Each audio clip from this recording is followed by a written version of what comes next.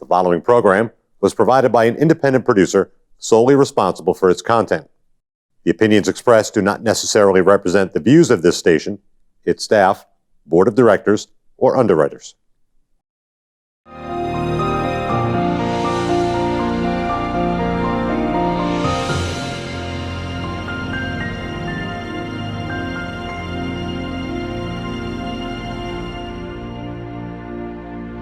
Hello, and help me welcome Dan Richardson. Dan, welcome to People's View. Hi, Carl. You're now running for Alderman again. You've been a resident here of Nashua for quite a while. You had served a term as Alderman several years ago, and now you're going back in again. Yep. How come? Trying to give it a whirl. Well, I was last year I was an alderman was 2007. Mm-hmm. Lots changed since then, mm-hmm. So I myself have been unhappy with the way things have been going. You feel as though there's not been enough analysis and critique of proposals that have come before the alderman. And most of the time, what I see them doing is more or less rubber stamping what's been going on. And I'd like to see a lot more dialogue, asking questions, really trying to understand issues instead of just giving it a pass. That's You're saying it's not transparent enough. You're not hearing enough about. There's not debating on any of the issues that are being voted on. I think debate is essential to clear the air on things, because otherwise, you're stuck. You're wondering what's going on, and it just doesn't give you a good feeling of trust. So that's been kind of a general feeling that I've had about what's been going on. And also, and that's pretty much what's been going on with the present incumbent, who I'm challenging. So I'm hoping to bring a little bit more debate to it and asking questions. And a lot of people don't like that, but I think it's necessary. Yeah, well, you mean people that have already been elected? You got a good handle on that. Yeah. People who are in place don't like questions. That's true. And I was hoping that I would be able to do more things for my ward. Among the many things that I see that are a problem with City Hall, the way things have been going, is I'd like to try a little innovation for Ward 3. Things that I'd like to propose and have other people, vet it before other people and see if they think it's a good idea. One of those things is to bring like sport fishing along the Merrimack River. Now, a lot of people say, I would never go fishing in the Merrimack River. It's not cleaned up. Well, it's true. I mean, there's questionable situation there, but it's the fact that you can go fishing. There's a lot of places that you can't have access to. You can't legally go to any of the Pennachuck ponds, and you can't fish in those ponds. I didn't know that. That's a drinking water. Not legally. I mean, I've seen people do that, but I was kind of thinking that maybe have little projections going out into the river where people could be on a dock, get out into the deeper water and fish off there, and maybe even have a little sport of it, have a little fisherman's club. Well, I think on their, from what I heard, they have some plans for the rivers they're going to develop Nashua, but they're not making the details available to people like that. But your issue, it could be added to that anyway. Well, the thing is, it's a passive activity. It's good for people of all ages, and it builds a sense of community. And that's one of the things that's really missing from Nashua. It is, isn't it? Is a sense of community. We've got people living here. Last I saw, 25% of the population commutes to Massachusetts for a job, and they come back from that and they're all tired out from a work day and from all the commute, and so you lose something in a sense of community. And I was thinking, what can we do to help that out? Well, what about the things that have been run in the past, the winter parade down Main Street, and you sort of doing that. Are you looking for something where you're having a picnic and at the park or something with some kind of entertainment? Yeah, no, it's more building a sense of community. A lot of folks can't do an active kind of sport, but everybody of all ages can do fishing. So there was that issue, and I'd like to develop the idea a little bit more and present it to folks. And the other thing is, I'd like to look at bringing like the farmers market more into Ward 3. Because there's not enough room downtown right now. They got that crosswalk in down there. They got the train going through. They got the Parc Francais or something like that. I forget the exact name of it. But that area's down there is just not really good it's too busy for a farmer's market. And I was thinking, boy, I'd like to bring that into a space in Ward 3. What about the park there? That would be a place for you? Well, one of the problems with the park, as I understand it, is that there's a part of the deed or whatever that was accepted says that you can't have sales in the park. Oh, really? Yeah. So the way they get around that with the art gallery is that they actually take a walk to the sidewalk. And then they buy it on the sidewalk? Then they buy it. That's right. They do. It's, it's legal, it gets around the problem. Yeah. But having a farmer's market actually in the park would be problematic. But I'm sure there's a space we could find to do that. Yeah, I would think so. It's one of those things that it's a problem the way it is. I'd like to find a solution for it. I'd like to find it in Ward 3. The place I was thinking of is the Holman Stadium parking lot. Oh, why not? Yeah. And I mean, it seems to me that would be a kind of an idea. It's a wide open area. There's no through traffic. And you can do that without being hurting the schedule of using the stadium or the pool. Exactly. Yeah. Exactly. So those are just a couple ideas that I'd like to kick around. And getting back to like the citywide. Yeah. Citywide's got some real problems. During this COVID business where they shut down City Hall and they had a lot of the officers, employees working from home. You couldn't even contact people. You'd call, you'd get an answering machine. They might call you back, they might not. You go down to City Hall, there's like this desk right in the hallway and you can't pass by it because if you don't have an appointment, it's just very, very unfriendly the way that turned out. But the real problem that I saw was they've made a concerted effort during that time to spend a lot of money on City Hall, making it unfriendly for citizens. Have you been down to City Hall lately? I haven't been. I've been there, but not frequently enough to get to appreciate all that. I've heard people who complained about it. I've heard as you said, it wasn't friendly. And obviously, you see that when they arrest people down there. Oh my!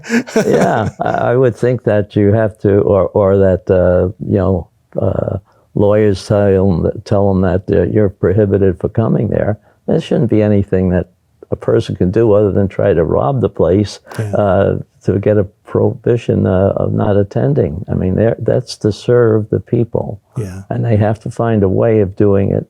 I mean, you wouldn't see that in any business, or they go out of business. Yep. Maybe that's what's going to happen with this next election. I don't know. But there have been a number of situations which I said, why did that happen? Yeah. Yeah. I mean, how do you feel about that? Well, that whole, that issue of calling in the police, that's got to be a last resort sort of situation for the most egregious of cases. And that certainly did not. I mean, a citizen wanting to talk to a city official about the legitimate business they have. And then the city official, closing the doors, you can't come in here, and then calling the police. It just, that was very unfortunate.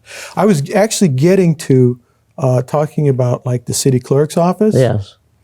So the city clerk's office, they spent a ton of money changing that office around to be very unfriendly to citizens. Oh, I haven't used that very. So what they did is they made it look, like, I don't know, like a fortress. Yeah. So really? where there used to be an open bench Right. where you could talk to the city. It was an L-shaped bench, Right. and you could talk to the city clerk. You could have the assistant help you. You could face to face. You could get things transacted. They could understand you. They could see your face. You could sign things right there on the desk. That's the history now. Really? Now they've got a wall there. You cannot see beyond this wall, and they've got actually bulletproof glass and a little space down below where you got to lean over to speak through so they can hear you, and hopefully they'll lean down and speak through the hole so that you can hear them.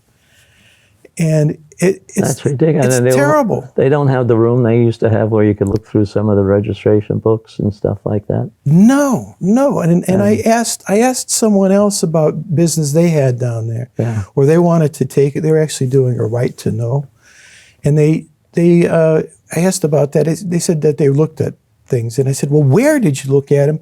There's no place there. Then they said what they did is they had this little teeny table, maybe 3 feet by 2 feet, or very, very small, and they had a whole stack of documents they got to look through, that's where they said right in that open area there, where where the tellers were, and it was it was terrible. I've done that before, trying to look through documents and having no place to work. And in frustration, I mean, you could take it and just throw them on the ground until you need that one. They pick that one up, throw the other. I mean, it's ridiculous. They used to have a room. Yeah, that's what I was referring to. Yeah, and a full-size desk. Yeah. Or a bigger table, yeah. Big table in there. Yeah, and you could have a couple people in there, for that matter. Yeah, and it's so sad what they did. And they had to have spent a ton of money. Bulletproof glass, plexiglass. People are running around spewing this fear of a major gunfight or something happening in the town. I don't know where they're getting that from, I don't know. I don't know about that either. That's beyond You me. haven't seen anything in the state that way. You haven't even seen it in Massachusetts, have you? No, you haven't. But that sort of thing occurs in other states, other cities, and it can come here, but it's not our citizens. Yeah. Our voters, our people aren't like that. Right. We don't have that same craziness. Now I know that there's people that want to bring it here. Mm-hmm. You've seen that before with the school situation where these organizations show up, the far right, the far left. They're not violent, but they're loud, and there's always a threat that things could get out of hand. Yeah, but to run it that way, I don't think that's the way we want to live, anybody. And it's not the way of surfacing the people. Right. I mean, they have to remember the voters are the ones that are paying their money. That's right. And we have to get some response when we want a question answered, a reasonable, civil response. Absolutely.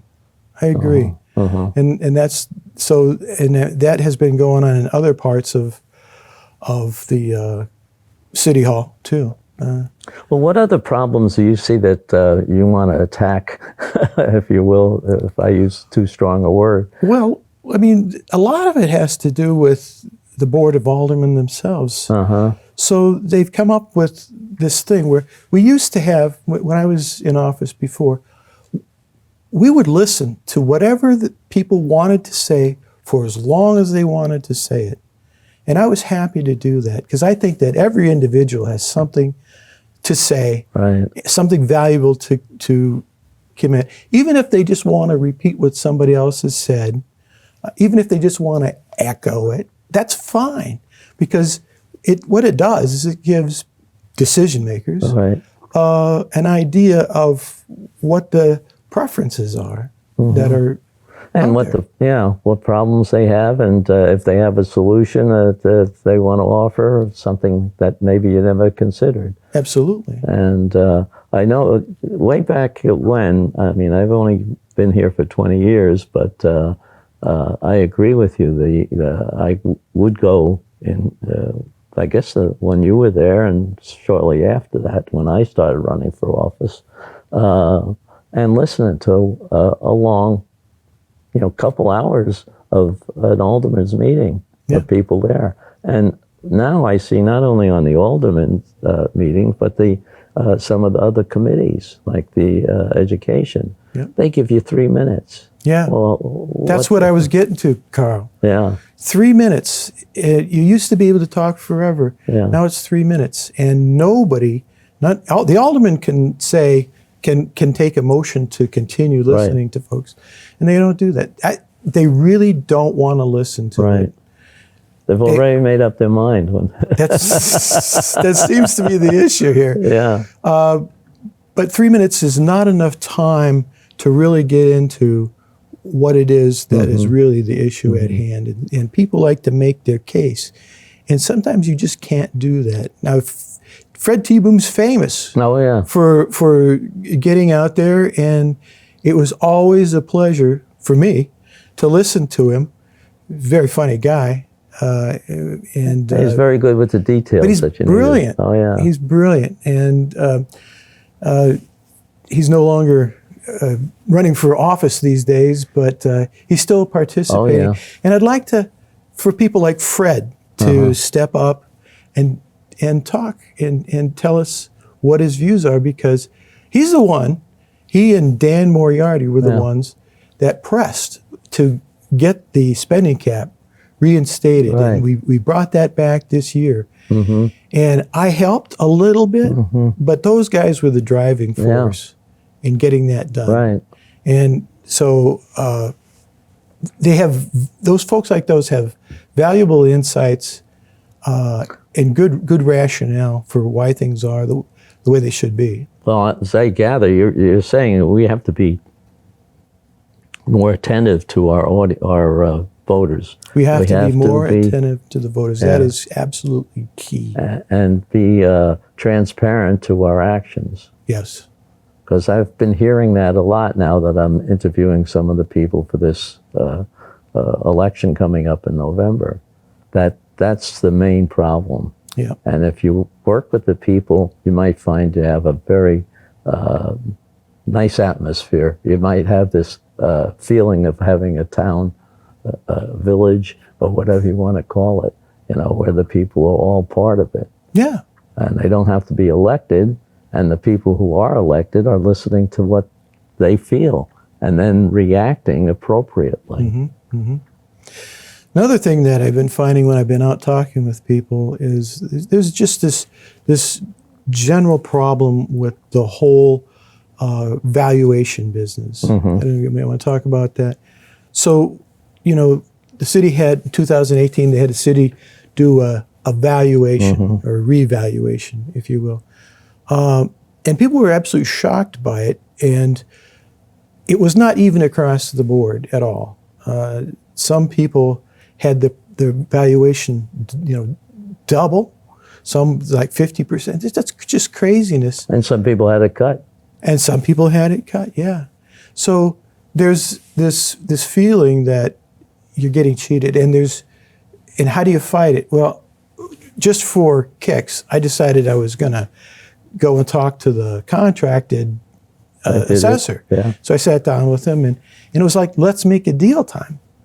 So, right then and there, I kind of knew that this is a little bit subjective. Yeah. So when now we're having the assessors going around, they've gone around and done the outside of a lot of homes. And it's been, I guess, on the back burner to go into people's houses now and look at that. And I didn't mind people coming onto my property to look around. I don't have anything to hide, but I do have a problem with people coming inside my home. I mean, that's my space, Right. you know, and that was reinforced because I decided what I was going to do is I went to the city, poked around through their documents, and I downloaded the actual worksheet Right. that the assessor uses, which he really doesn't share with you at the time he's doing it. Well, that's a problem, and I'll get to that after you finish this. So on that sheet, there are some factual things like this house has got an asphalt roof. It's got, you know, such and such a driveway. It's, you know, the building is like shake, whatever, you know. There's some factual, but half of it is subjective. It's like check the box. Is the condition, you know, very good, good, average, less good, poor, needs to be demolished, you know? So totally subjective. And, you know, those sort of things can be affected by if the homeowner is very annoyed. So you can be really taken to the cleaners by an assessor and all this subjectivity.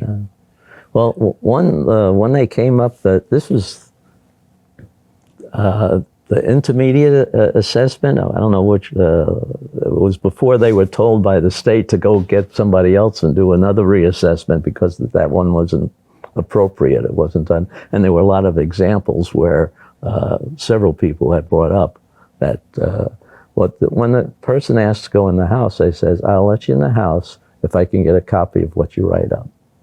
He says, "No, you can't have that." I says, "Well, you don't get in the house," and he never came back. How about that? On that very same form, there are places to check and information to write about how the homeowner behaved when Oh, the really? inspector showed up.